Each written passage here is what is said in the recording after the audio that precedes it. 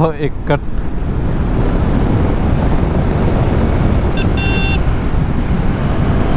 Good morning everyone, क्या हाल है मेरे भाइयों के। तो यार आज ना मेरा पर्पस कुछ और था, बट मैंने संडे राइड के बाद वीडियो डाली और आपके कमेंट्स देखे, तो भाई वो एग्जैक्ट टाइम है अभी कि मैंने वहाँ पे क्या बताया था कि भाई जो हमारी वो है RTR 310 छठे गियर पे था, उस पर भी मैं 100 पे था, जबकि इस पर मैं कम ही हूँ। ठीक है, मैं बोला वो उठाती नहीं है, इतना लीनियंट डिलीवरी है। ठीक है, अब वो मैंने क्यों बोला था ये देखो भाई, पता चलता है इसके अंदर, इसीलिए मैंने बोला था। अभी भी मैं इस पे भी छठे गियर पे ही हूँ, बट जैसे ही मैं पीछे करूँगा मेरे को साफ सीधा एक कहते हैं ना कि मैंने थ्रोटल दिया है तो उसका एक रिस्पॉन्स मिला कि हाँ भाई चलती हूँ मैं, वो इसके अंदर है। मैं छठे गियर पे अभी भी 74 पे हूँ, बट मैं अगर मेरे को कोई भी गाड़ी ओवरटेक करनी होगी तो मेरे को कुछ नहीं करना, बस ये करना है, ये देखो। और ये भले ही 50 पे भी हो ना, तो भी 50, 60, 70, 80 पकड़ती है मतलब। एंड यही चीज़ मैंने RTR के साथ भी करी थी, तब मैंने आपको बताया था कि यार इसमें ये ऐसा लगता है। तो भाई लोग आपने जो कमेंट किए थे वो मैं समझ रहा था कि भाई छठे गियर पे तो पावर नहीं आएगी, ये नहीं आएगी। वो मैं उसलिए नहीं कह रहा था कि भाई उसमें पावर की कमी है, ऐसा कोई दिक्कत नहीं है। मैंने बताया भी था कि बाइक बहुत बढ़िया है, वो मैं कंपेयर कर रहा था, तब की बात मैंने बताई है। क्योंकि देखो मैं तो ड्यूक चलाता हूँ, राइट। एंड RTR भी मैंने देखो आपके सामने उस दिन भी काफ़ी चलाई, उसके बाद भी काफ़ी चलाई। तो जो एक सडन रिएक्शन था ना मेरा, मैंने वो कैप्चर करने की कोशिश करी थी। ठीक है, वो कोई स्क्रिप्टेड नहीं था, इसलिए उसमें कुछ पॉइंट आप बोलोगे कि यार इधर उधर से घुमा के ले आया हूँ। हाँ, तो वो तो था, बट जो भी था ना उसके अंदर मैंने एकदम रॉ रखा था, एकदम अनफिल्टर्ड रखा था और अनस्क्रिप्टेड रखा था कि भाई मैंने जब रेस दे रहा हूँ तो मेरे को रेस का कैसा रिस्पांस मिल रहा है वो बता दिया। ठीक है, पावर की बात कर रहा हूँ तो पावर का कैसा रिस्पांस मिल रहा है वो बता दिया। ब्रेकिंग की बात कर रहा हूँ तो ब्रेकिंग में कैसा रिस्पांस मिल रहा है मैंने वो बता दिया। तो जो मुझे लगता गया वो मैं उसमें बताता गया। तो वो वीडियो कुछ इस हिसाब से बनाई थी मैंने, एकदम ही मैंने उसमें बताया भी था कि this is not a proper review, ये जस्ट मेरा एक्सपीरियंस है कि मैं ड्यूक 390 चलाता हूँ और मैं एकदम RTR पे आया तो मेरे को कैसा इसमें फ़ील हो रहा है, वो था वो वीडियो। आपके कमेंट्स भी सही है, ठीक है, बट जो मेरा भावार्थ था ना वो आप समझते ना तो आप थोड़ा ज़्यादा रियलाइज़ कर पाते कि मैं इसका कंपैरिजन कर रहा था उससे। तो उसके अंदर तो ऑब्वियसली मुझे जो लगेगा तो मैं बताऊंगा, राइट। और अगर मैं वो चला रहा होता और ये चलाता तो अगर मेरे को सेम लगता कि हाँ भाई इसमें तो एकदम छठे गियर पे उठा ले रही है या ये कर ले रही है, तो मैं वो बताता। तो वहाँ बस यही था। एंड मैं मानता हूँ वो थोड़ा सा मेरे को उसी टाइम पे क्लियर कर देना चाहिए था, बट कोई नहीं, अब जो था वो तो था ही। आगे भी यार भयंकर जाम है शायद, पर अब क्या करें, जाना तो है ही। सुबह सुबह तो भाई बुरी हालत होती है। तो अब जब हम अपनी बाइक के बारे में बात करने लगी गए हैं, ठीक है, अगर आप वो वाली वीडियो भी देखोगे ना तो आप रियलाइज़ करोगे कि हाँ उस पर मैंने जबकि 100 पे उठाया था और 100 से 120-26 जाने में उसने ले लिया था टाइम। वो कोई दिक्कत नहीं है, टाइम ले लिया, बट उसमें जो वो पुल बैक वाला रिस्पॉन्स आता है ना कि हाँ भाई इतना भी थ्रोटल घुमा है तो हल्का सा दिख रहा है, वो वाली मैंने बात बताई थी कि लीनियंट पावर डिलीवरी है इसके अंदर।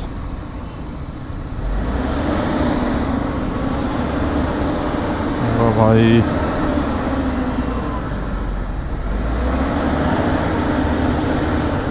हालांकि भाई बाइक वो भी बहुत अच्छी है, ठीक है, ठीक है। एंड मैं ये नहीं बोलूँगा उसके अंदर थ्रोटल में लैग है, नहीं लैग वैग कहीं नहीं है, बट इमीडिएट डिलीवरी नहीं है, ठीक है, वो बात है जिसकी वजह से मैं उसको थोड़ा सा सेफ़र ऑप्शन भी मानता हूँ। कि कभी कभार क्या होता है कि यहाँ से निकलेगी नहीं निकलेगी, नहीं निकलेगी निकलेगी, बंदा कन्फ्यूज़न में रहता है। और उस टाइम पे क्या होता है कि निकालने की कोशिश करता हूँ, लगता है नहीं निकलेगी तो ब्रेक मार देता हूँ। तो वैसा मेरे साथ होता था, ठीक है। तो उस चक्कर में क्या चीज़ होता है ना कि अगर पावर लीनियंट है तो आपको रहता है कि हाँ रहने दो, क्यों ही निकालना। अब पावर तेज़ होती है तो लगता है हाँ निकल जाएगी एकदम से।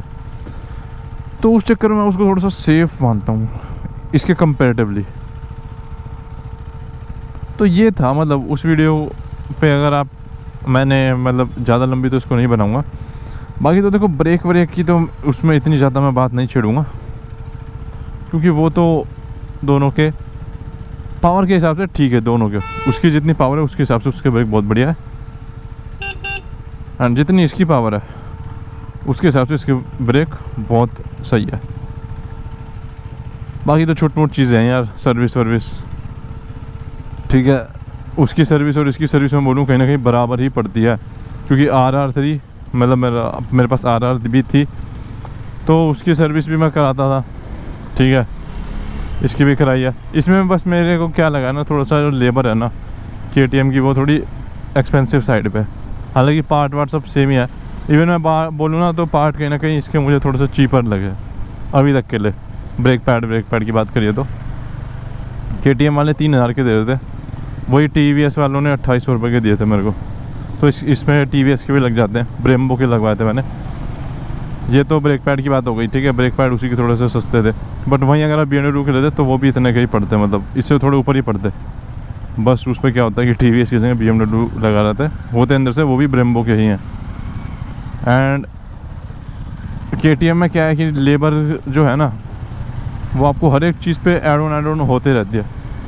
TVS में क्या है, एक जेनरिक लेबर है, बाकी कोई भी पार्ट चेंज हुआ है उसकी लेबर होती है। बट जो मेन चीज़ होती है जैसे कि भाई अगर मैं थ्रोटल बॉडी क्लीन करा रहा हूँ तो TVS में उसकी इतनी लेबर वेबर का कुछ पंगा नहीं पड़ता, ठीक है। KTM में क्या कहते हैं, डिस्पैड क्लीन किया है उसकी भी लेबर, ये किया है उसकी भी लेबर, हमने हाथ लगाया उसकी भी लेबर। बस ये थोड़ा सा है एक मेन जो फ़र्क है। बाकी तो यार एक मैं ओनर रिव्यू बनवाऊँगा भाई से, ठीक है। और मेरा तो है ही ऑलरेडी चैनल पे, तो मैं बोलूँगा आप वो दोनों देख लोगे तो थोड़ा सा और बढ़िया चीज़ें क्लियर हो जाएगी। तो ये था, है ना। कुछ यार मिस होता है तो मैं ये बोलूँगा कि मुझे बताया करो, ठीक है। बाकी क्योंकि मैं चीज़ें थोड़ा सा अनकट, रॉ और अनफिल्टर रखने के चक्कर में एकदम रैंडमनेस में चले जाता हूँ, वो है एग्री, ठीक है।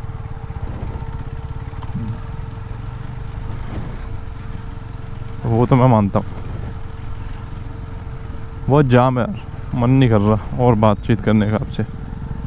अब मिलेंगे यार अगली ही वीडियो में, ठीक है। साफ़ रोड थी तो मैं सोचा एक बार फटाफट बना लिया जाए, ठीक है। क्योंकि मैंने एग्जैक्ट सेम सिचुएशन करी है दोनों बाइक के साथ, और आपने देख लिया होगा कौन कितनी जल्दी पकड़ी है।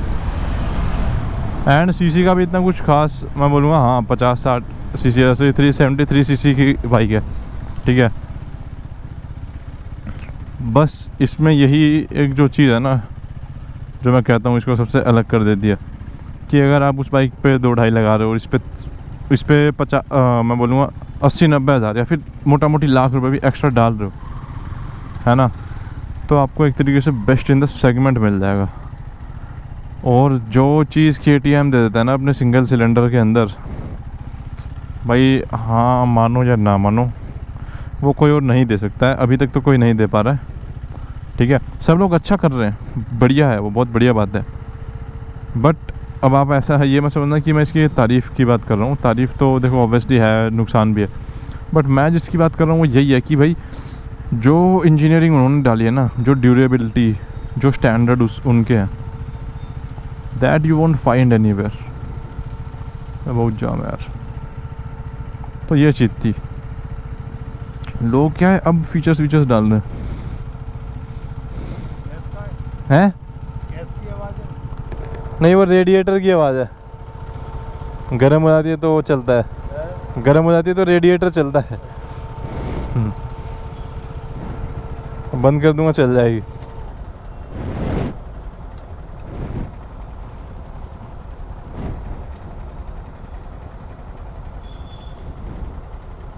बाइक भी सीएनजी में आ रही है ना, हाँ बजाज बजाज आ रही है, इलेक्ट्रिक बाइक सीएनजी वाली बाइक है। चेंज हो रहा है बहुत, गाड़ियाँ आ गई। प्लस पेट्रोल भी है। हाँ उसमें दोनों चल जाता है। चलो दादा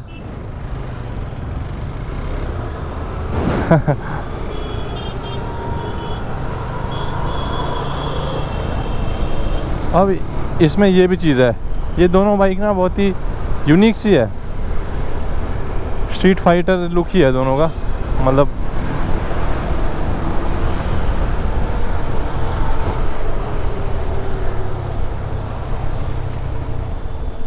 बट काफ़ी सारे लोग इसको आरी से कंपेयर करते हैं, जो कि मैं बोलूँगा ठीक नहीं है यार, आगे भी बुरा ही जाम है।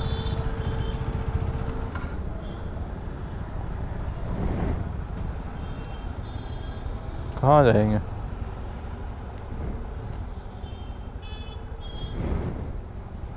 तो यार आज इतना ही रखते हैं, ठीक है, मिलेंगे अगली वीडियो में, तब तक के लिए यार सी बाय एंड टेक केयर।